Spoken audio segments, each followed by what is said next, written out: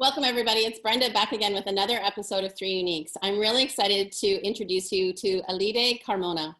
Hi Ellie, how are you doing today? I'm good. I'm very excited to be here with you. Thank you, Brenda. Yeah, I'm so excited that you were able to come on and join us for Three Uniques. So just so everyone knows, Ellie is an organizational psychologist specialist. So Ellie, tell us a little bit more about what you do, and is that all you do too? So let's hear the whole story. I did my master's in organizational psychology, so that's why I'm a specialist. Okay. I'm also an executive coach, and I'm also a therapist in person-centered approach. I'm originally from Mexico, but have been in this beautiful BC for almost 6 years now. Nice. I came to do my master's right after I graduated and after working a little bit as a consultant in OD, in organizational development. And I fell in love with the country, with the city, and decided to stay. I'm currently working in what is called workplace experience, and we touch on different steps of the life cycle of an employee. So we work with entry, onboarding, orientation, recognition, all of those really exciting things. Nice. And so part of your executive coaching, you mentioned that you take on a people-centered or a person-centered approach. Yeah. Okay. Yeah. Tell us about that. That comes from Gestalt, the humanistic approach of therapy. Okay. Yeah. It's sort of like the basis of Gestalt. That's pretty much what it is, and it's very like a conversation, and it comes from Rogers, and the basics is that the person knows what's best for them, Right. and you're just there to facilitate a conversation and bring the tools and the space for them to discover that for themselves. Nice. Yeah. Awesome. So you're here to share your three uniques with us. So Yes. Let's hear them. So it is connectedness, relator, and strategic. Nice. So connectedness, relator, and strategic. So let's hear about connectedness first. Yeah, of course. Just one thing that I wanted to mention. I've heard that some people have looked for their uniques at StrengthsFinder. Yes. And which I did. Okay. But story, I did my StrengthsFinder when I was doing my master's, and back then when I did them, I was like, I don't know, they are not me. Yeah. And I was surprised when I was preparing for this session that when I read them again, that I was like, yes, they're describing me perfectly, and it all makes sense, and it is all me. So that's where we come. You bring up that interesting perspective, because I think that a lot of times, a lot of the psychometric testing assessments that are out there, and you probably have, like some intel on that as well, is depending on sort of what mindset you're in at that point in time, depending on like who's influencing you. That could be, parents, teachers, supervisors in your employment. Depending on sort of like what's the reason why you're taking that psychometric testing. Like sometimes people do it in the interview process, sometimes people do it in a leadership development capacity, and depending on how they're also receiving that inside information back, I think it definitely, like the mindset you're in will sometimes potentially skew the data. That's sort of my understanding, because I'm with you too. I've taken different types of assessments like DISC or Insights, and have like a 5 or 10 year gap between them, and then it like something else completely comes out of it. I think it also depends on what's going on for you in your life at that point. Right? Yeah, and that's exactly it. I'm used to getting the results and being like, yeah, this suits me, but then years later it changes because of what's going on through my life, my development, etc. But I was surprised to see that it was the opposite. Back then it didn't feel like me, and now it does. So that was cool. So then that's also like a good indication that whatever you're doing in your life right now is probably like, it feels like it's like a good fitting shoe, right? Like it feels right, and it's like not giving you blisters, and you're not like feeling uncomfortable about it. So that's good. Yeah, it's more me, I guess, right? Yeah. Cool. Well, and actually along this line, so like preparing to do this interview, what were sort of some things that came up? Like when I asked you to share your three uniques, like what came up with you in sort of your preparation, or was it easy to sort of come up with your three uniques? I don't think, maybe I'm making an assumption, but I don't think it's easy. I went back into all the psychometrics that I've been doing, and I wanted to get like things and to see how they related. And I asked my friends, I asked my family, and everything that they came up with, I was like, but it felt like it wasn't really unique. It felt like it was something everybody does. Mm-hmm. But the problem is that because it comes easy to me, I make the assumption that it's easy for everyone. Right. Right. So when I like debriefed this with one of my coaches, she said like, well, that doesn't come easy to me. And I was like, it doesn't. So that's how I discovered that what makes me really unique, it's exactly that nobody else has, or it doesn't come easy to others. Yeah. Yeah. Or if somebody else does have it, they're going to do it differently than you because they're not you. So it's Yeah. always going to be unique either way, right? Like even when you talk about strategy, like I know I'm strategic, but you're going to do it differently than me, just because of our experiences, our skills, our abilities, even our belief systems around strategy. It's So, completely you know, different. all of the, like that whole combination will result in a different way of doing it. And that's, you know, that's the beauty of Three Uniques, is like understanding like what brings out that uniqueness for you. How are you designing your life around that, your work, your relationships, so that you can just be like your most authentic, best self. So Yeah. that's awesome. Completely agree. That's good. Okay, let's take it up to the top. Your first unique. So my first unique is connectedness. Mm-hmm. And I describe this as the heightened awareness that we are all intrinsic connected, that there is a higher purpose to something, and that we are not where we are by chance. So I have this deep belief that we are part of something bigger, that we are not isolated. Right. And this is exactly one of the main reasons why I'm working within healthcare, because I believe that we are all working towards something bigger, right? Yeah.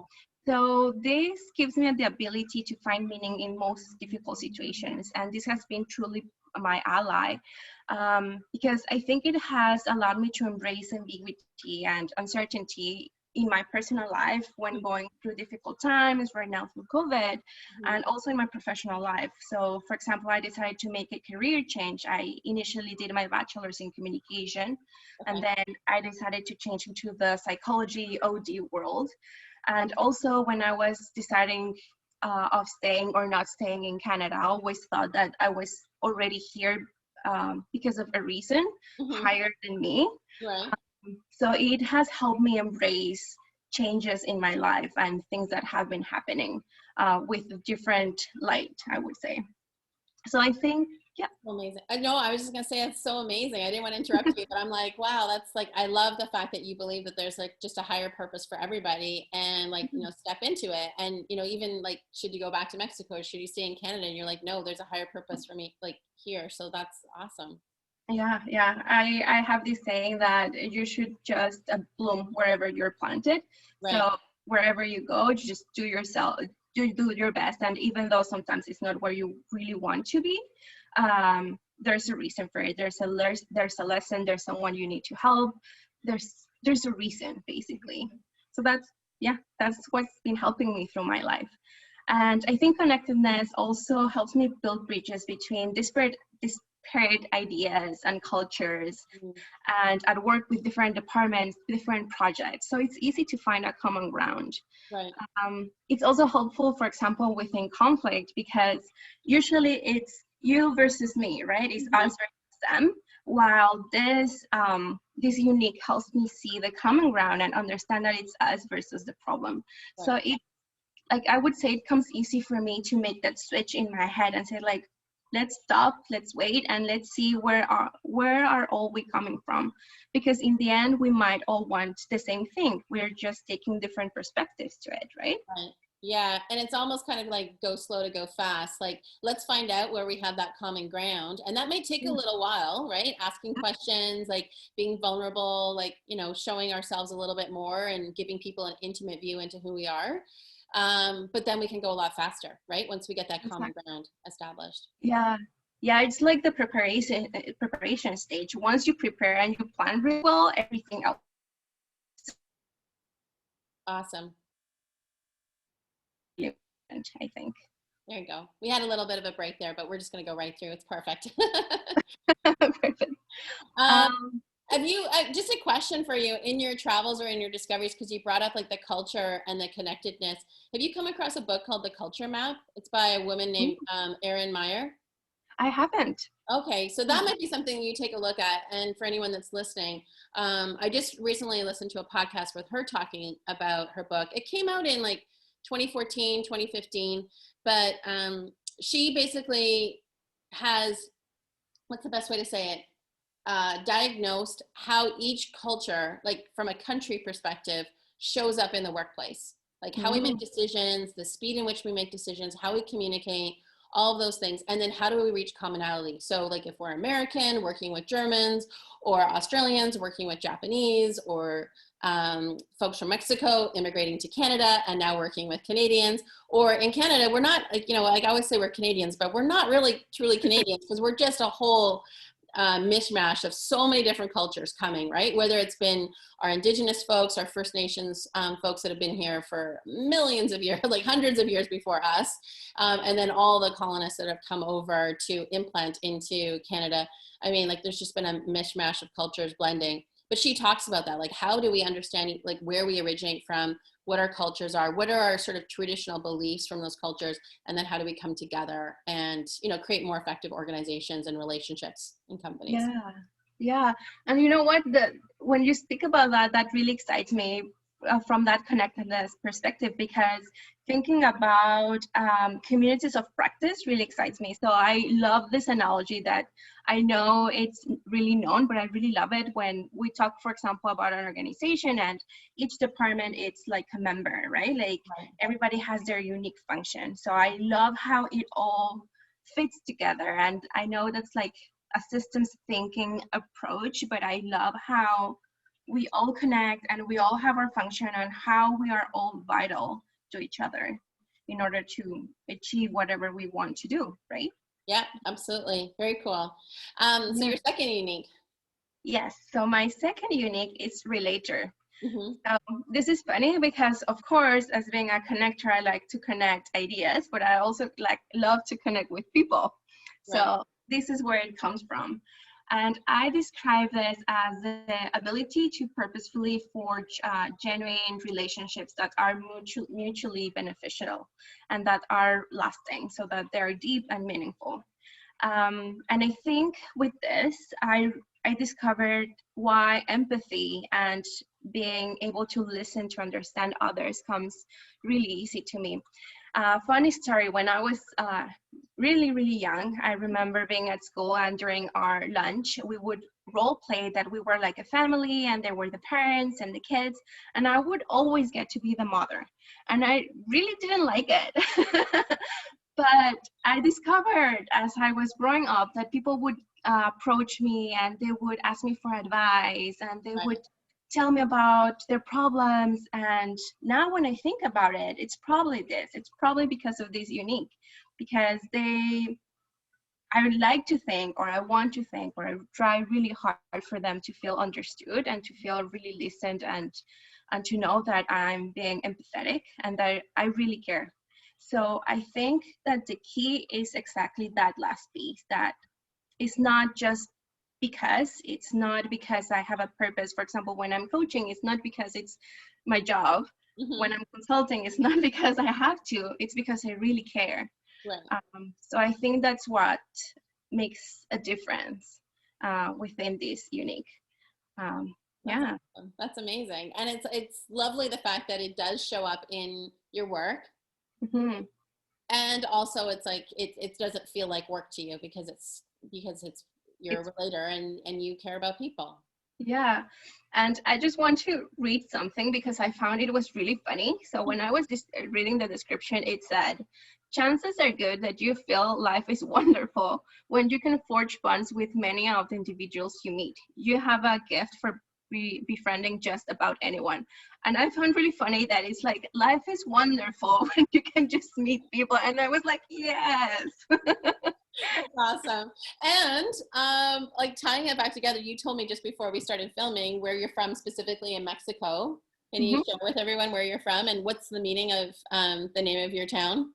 It's called Cuernavaca, and it means the never-ending spring. Yeah, that's like you though too, right? Like you're just like always blooming, like you mentioned about, you know, plant and then bloom and where you are.